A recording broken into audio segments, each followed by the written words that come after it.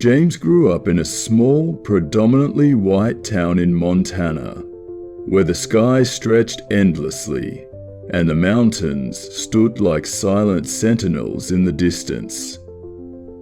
He was one of the very few black students in his high school, a fact that never really registered with him until he reached middle school. As a child, he had been blissfully unaware of the subtle glances, the hushed conversations, and the way some parents hesitated when their children invited him over. But as he grew older, those small, seemingly insignificant moments accumulated, forming an invisible wall that separated him from the rest. In 8th grade, James had tried out for the basketball team. He had been playing since he was old enough to dribble, practicing for hours in his driveway, mimicking the moves of the NBA stars he admired. When he stepped onto the court for tryouts, he felt unstoppable. His shots were precise, his footwork was solid, and his energy was unmatched. Yet when the final team list was posted, his name was nowhere to be found. At first, he thought it was a mistake. He had seen players who had barely been able to make a layup get selected. When he asked the coach for feedback, the man hesitated before replying, "We're looking for players who fit the team dynamic." It wasn't an outright statement, but James understood. He didn't fit the dynamic because he was different. By high school, James had learned to navigate the unspoken rules of his town. He knew which stores would follow him around when he walked in, which girls' fathers would glare at him if he got too close, and which teachers would be harder on him than on his classmates. He excelled academically, pouring himself into his studies with a relentless determination, knowing that education was his way out. One day, during his junior year, his AP history teacher assigned a project about the American experience. Each student had to present their own family's history, tying it to broader themes of immigration, struggle, or perseverance. When James stood in front of the class, he spoke about his great-grandfather, who had been a sharecropper in Mississippi before moving north in search of better opportunities. He talked about his father, who had served in the military but still faced discrimination when trying to buy a home. When he finished, the classroom was silent. Then a boy in the back muttered under his breath, "Why do black people always have to make it about race?" A few snickers followed. The teacher shifted uncomfortably, but said nothing. James felt his stomach tighten, but he refused to let it show. He stared at the boy, unflinching, and said, "Because race has always been part of my experience. I don't get to ignore it."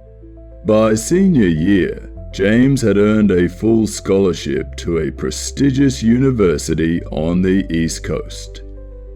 His parents were proud, but a part of them worried. "Be careful," his mother said, as she hugged him goodbye. "Not everyone out there is going to see you for who you are." James arrived at the university with high hopes. The campus was diverse. The opportunities seemed limitless, and for the first time in his life, he felt like he belonged. He joined clubs, met people from all backgrounds, and threw himself into his studies. But racism, he quickly realized, wasn't confined to small-town America.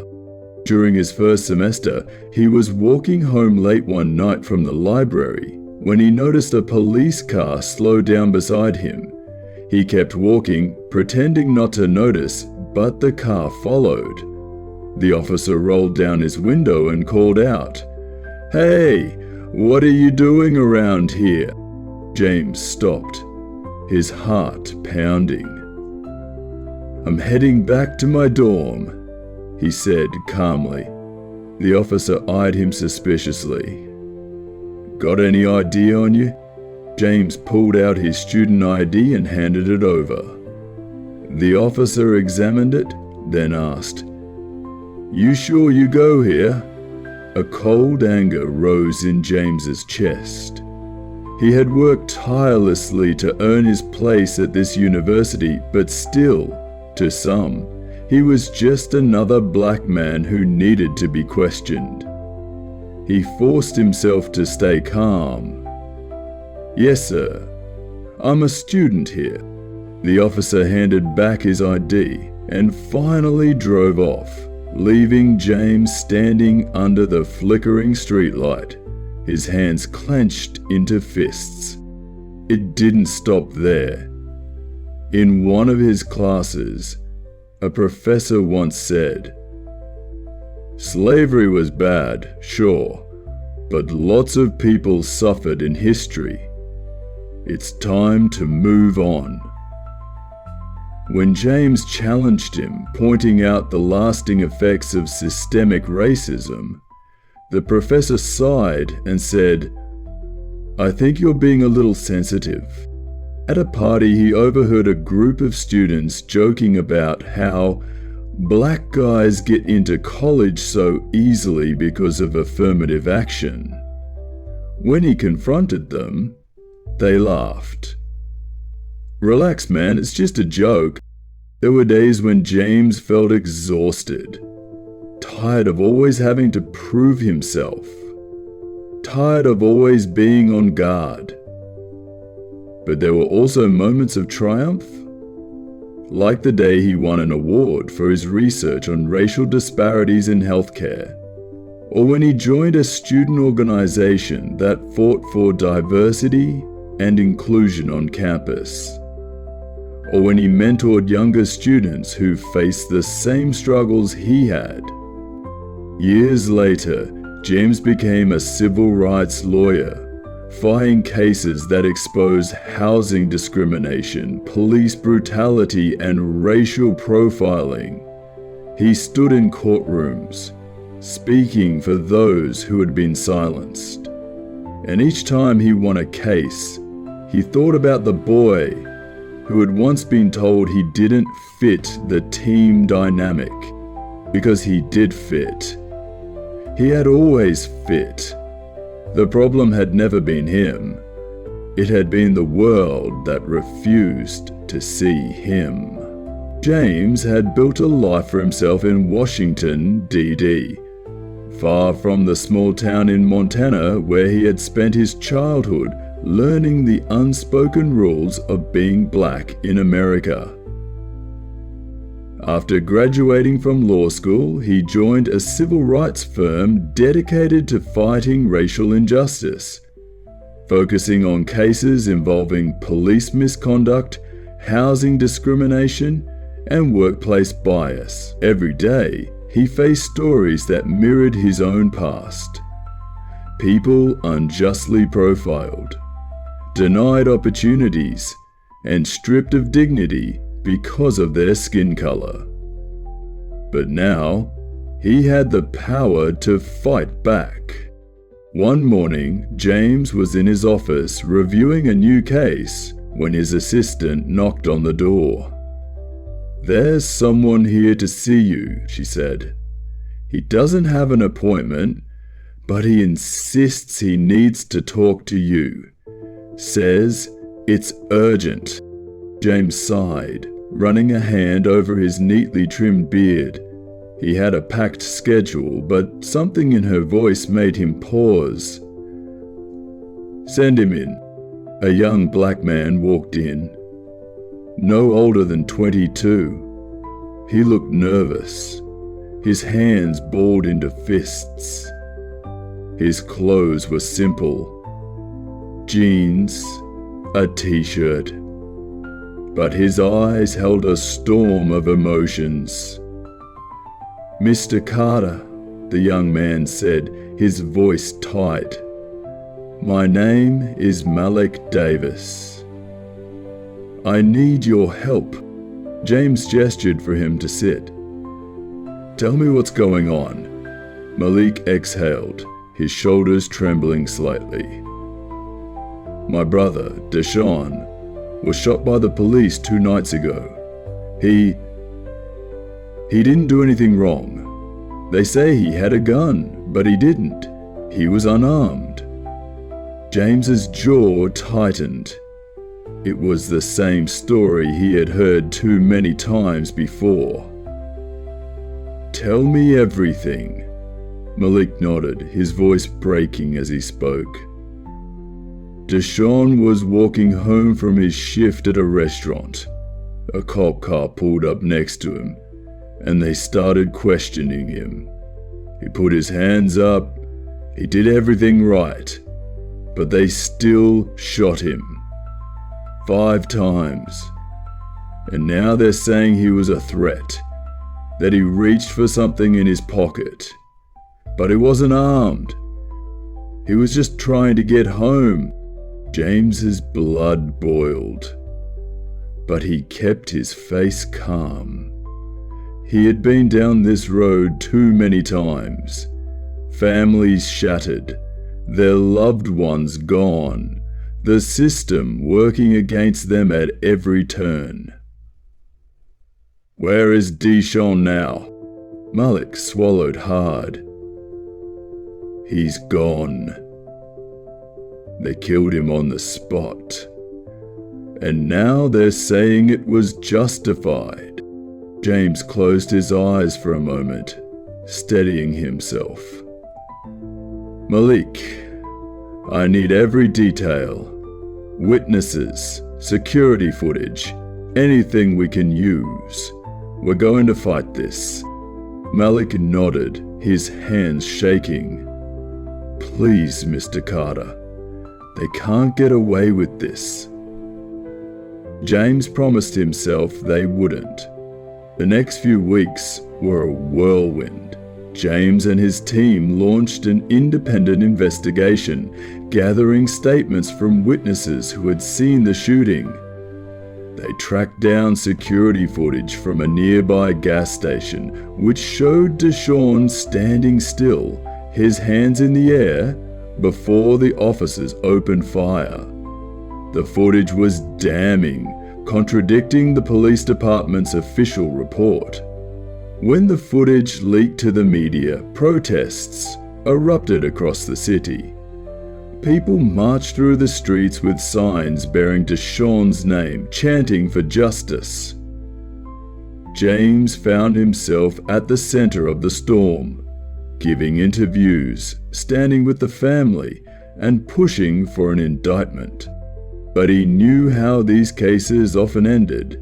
He had seen it too many times. Officers placed on paid leave, grand juries refusing to indict, media narratives shifting to paint the victim as a thug. The system was designed to protect itself. One evening, after another long day in court, James walked into his office and found an envelope waiting for him on his desk. No name, no return address. He opened it and found a single sheet of paper inside. Back off. His stomach twisted. But he wasn't surprised. Threats came with the territory. He had received anonymous emails before, even a few phone calls. But this was different. Someone had walked into his office and placed this on his desk. James exhaled slowly. He knew what this meant. The case was shaking the foundation of something bigger than just one police department. Someone was getting nervous. He locked the note in his desk drawer and picked up his phone. "Malik, how's your mom holding up?" Malik's voice was tired. "She's not okay, man. None of us are." "I need you to be careful," James said. "This case is making waves. People are watching." Malik was quiet for a moment before he spoke. "I ain't scared. I just want justice for my brother." James knew that fear wasn't the issue, it was the exhaustion, the hopelessness, the feeling of screaming into a void, demanding justice from a system that was built to deny it. "Stay close to your family," James said. "I'm going to push harder." The grand jury decision came 2 months later. James stood outside the courthouse, surrounded by cameras and reporters, with Malik and his mother by his side. The prosecutor read the statement. No indictment. The words hit like a gut punch. Malik let out a strangled sob, his mother collapsing into his arms. James closed his eyes, his fists clenched so tightly his nails dug into his palms. The crowd erupted. Anger, pain, betrayal. The same cycle, over and over again. James stepped forward, gripping the microphone. His voice was steady, but his rage was palpable. Once again, this system has failed to hold itself accountable. Once again, a black man's life has been taken without consequence. But we will not stop. We will appeal. We will fight. And we will not be silenced. That night, the protests turned into riots. Fires burned, windows shattered. The news focused more on the destruction than the injustice that had caused it. James watched the coverage, his jaw tight. The next morning, he arrived at his office to find his window smashed. Spray painted across the wall was a message. "Dip the case or else." James stared at the words, then let out a slow breath. He wasn't backing down. The months that followed were grueling. James worked tirelessly to get the case reopened, filing civil suits, gathering new evidence. He faced smear campaigns, personal attacks, even attempts to discredit his work. But he refused to break. One day, a former officer reached out to him anonymously, offering information about corruption in the department. James met him in a parking garage, the tension thick in the air. "You're making a lot of enemies," the officer warned. "These people don't play fair." James looked him in the eye. "Neither do I." The information the officer provided cracked the case wide open. Proof of fabricated reports, deleted body cam footage, and a history of excessive force complaints against the officers involved in Deshawn's shooting. James took the evidence to the Justice Department.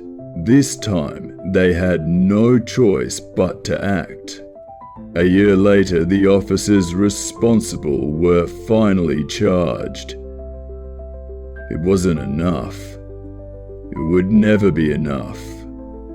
But it was something. A step forward. A crack in the wall.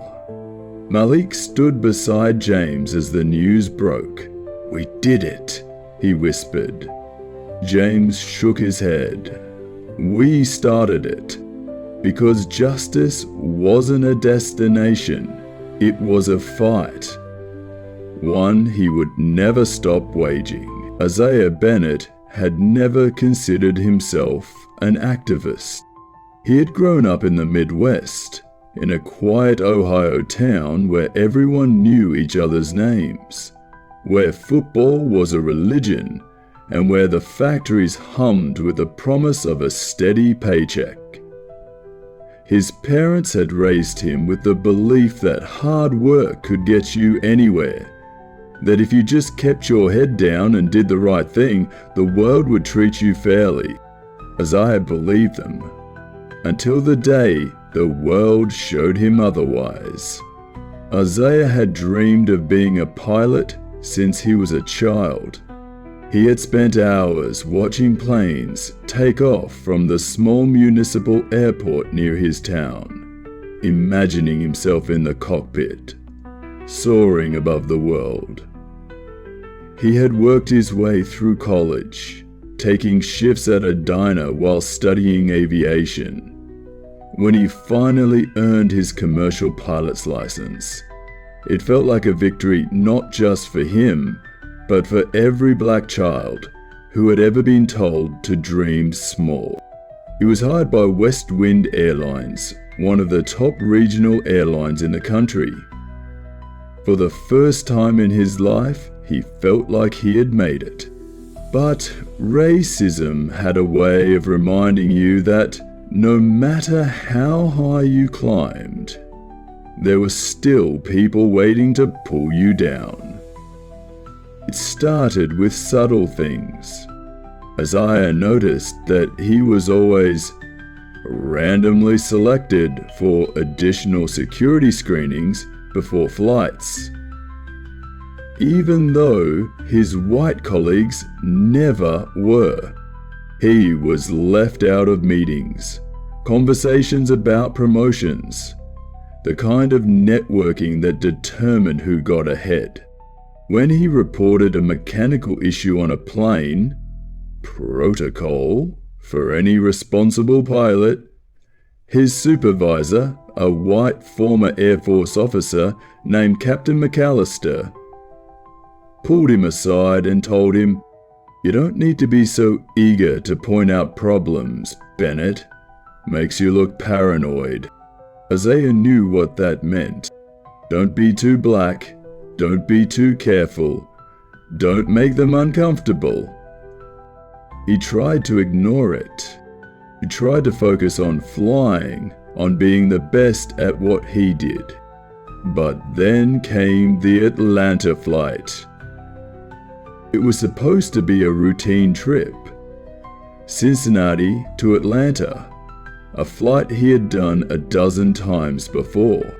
Isaiah went through his pre-Halida checks, ensuring that everything was safe, by the book. As passengers boarded, he stepped into the cockpit with his co-pilot, a white man named Eric Lawson. The moment he sat down, Eric laughed and said, "Man, I never thought I'd be flying with one of you." Isaiah froze. Of who?" he asked. Keeping his voice calm, Eric smirked. "You know, not too many black pilots out there. Hell, you might be the first one I've seen." Isaiah forced himself to breathe. "Well," he said, "you should get out more." Eric chuckled. "I'm just saying, man, the cockpit isn't exactly diversity training." Isaiah clenched his jaw. He had earned this seat. He wasn't about to let a racist with a pilot's license make him forget that. But he should have known then that something was coming. Halfway through the flight, an alarm went off. Engine failure. Isaiah's pulse spiked.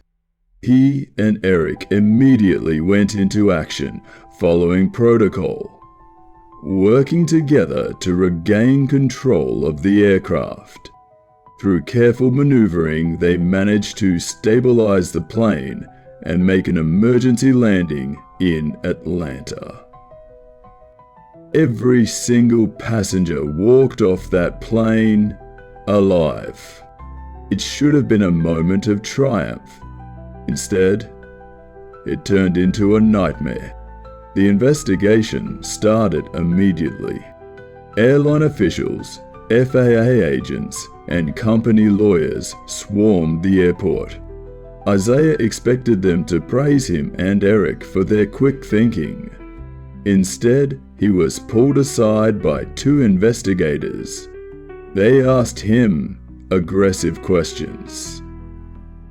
Did you make any errors in judgment? Are you sure you followed procedure? Is it possible you overreacted? Eric, meanwhile, was patted on the back. They treated him like a hero. Isaiah was treated like a suspect. And then the rumor started that the crash was Isaiah's fault, that he had made a bad decision, that he had panicked under pressure.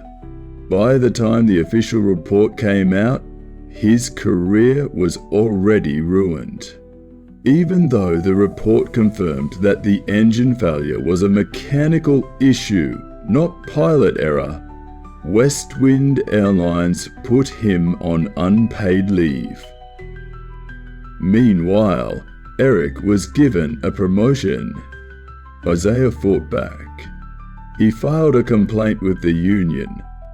He requested a hearing, but it didn't matter. Westwind Airlines had already decided his fate. They fired him. Just like that, his dream was over. Because he had done his job. Because he had been black while doing it. Isaiah could have let it break him.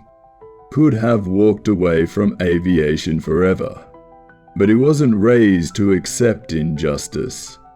So instead, he sued. It was a historic case. A black pilot suing a major airline for racial discrimination. The media picked up the story. The airline tried to smear him. They leaked stories about performance concerns that had never existed. They claimed he was difficult to work with. But Isaiah had the truth on his side, and he had the receipts, emails, performance reports, flight records proving that he had never made a single mistake. The trial lasted a year.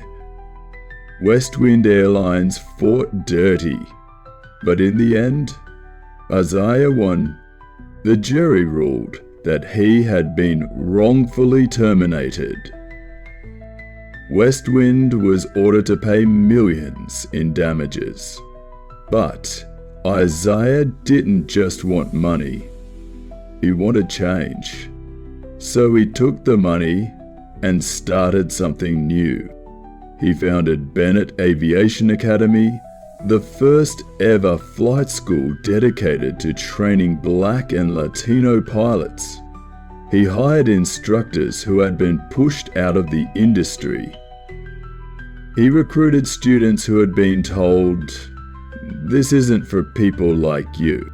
And within 5 years, his pilots were flying for every major airline in the country. He had built a legacy. And one day, at a small airport in Ohio, he watched as a young black girl stepped into the cockpit for her first flying lesson. She looked at him and said, "I didn't know people like us could do this." Isaiah smiled. "Now you do."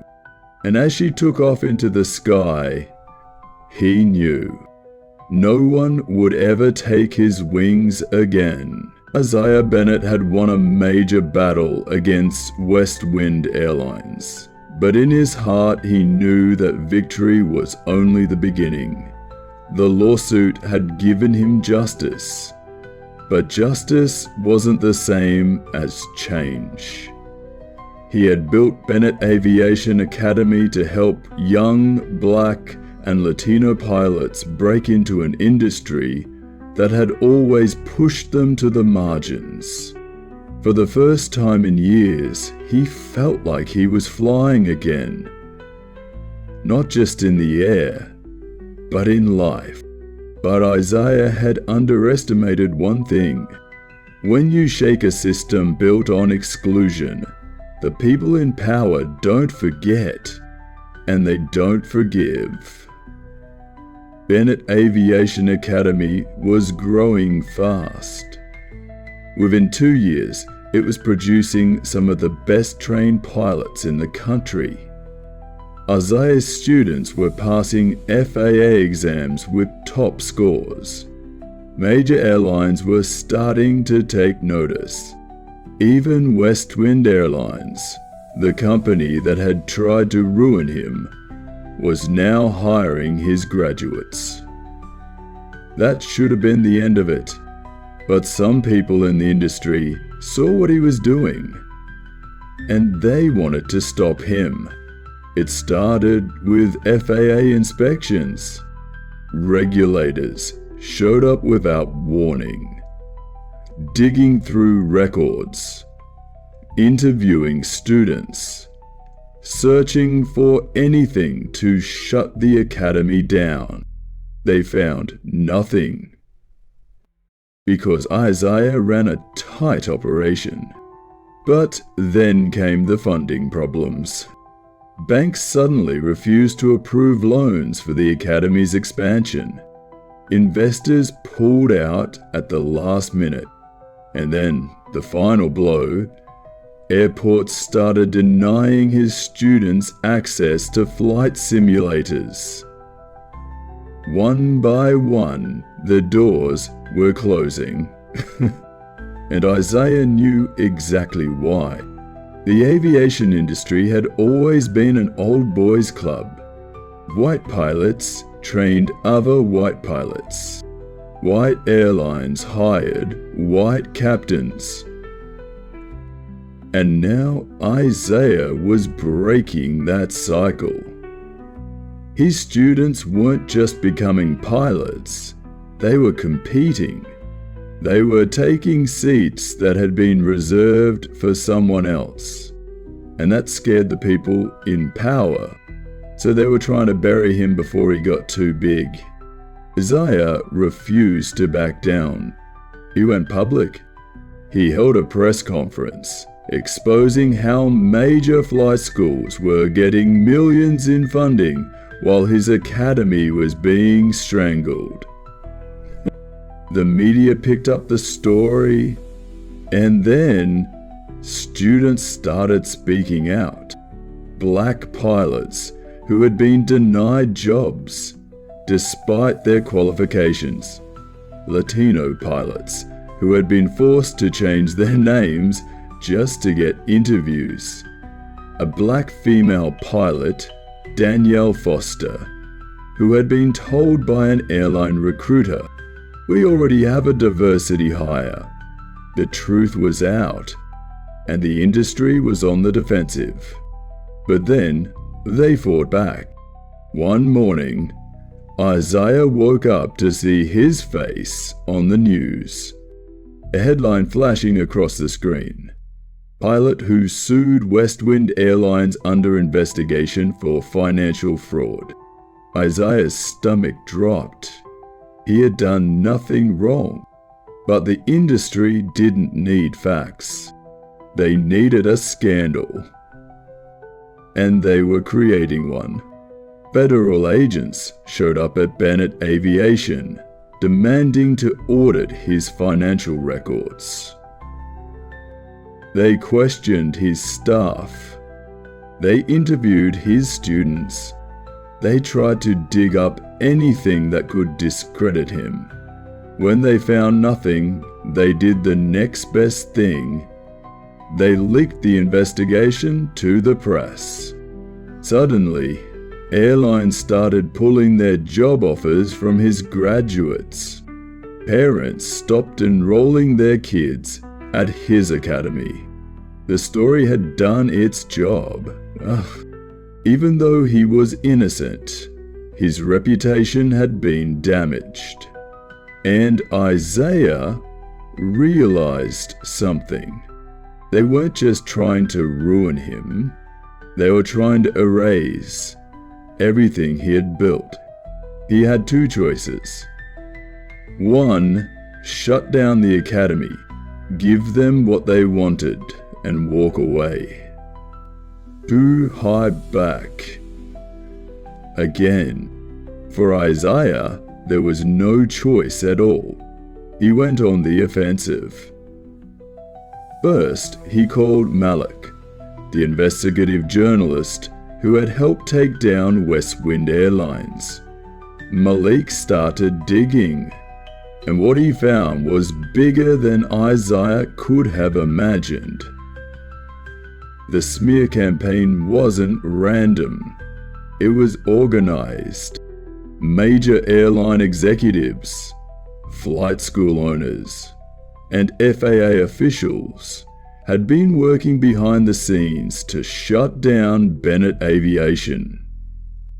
They had coordinated fake complaints, paid off anonymous sources to accuse Isaiah of fraud, and worst of all, they had blacklisted every graduate from Bennett Aviation. The airlines had silently agreed not to hire his students, because if his pilot succeeded, it meant the old system was dying, and they couldn't allow that. Isaiah went straight to Washington. He met with civil rights leaders, politicians, and aviation advocates. He demanded a federal investigation into hiring discrimination in the airline industry. And this time, the country was listening. The pressure became too much. Within months, the truth came out. Emails leaked. Private meetings exposed. The same airlines that had tried to destroy him were now facing lawsuits. The FAA was forced to overhaul its hiring process. And Bennett Aviation? It became bigger than ever. 1 year later, Isaiah stood on the stage at the first ever National Conference for Black Pilots. In front of hundreds of young aviators, he looked out at a crowd that looked nothing like the old aviation world.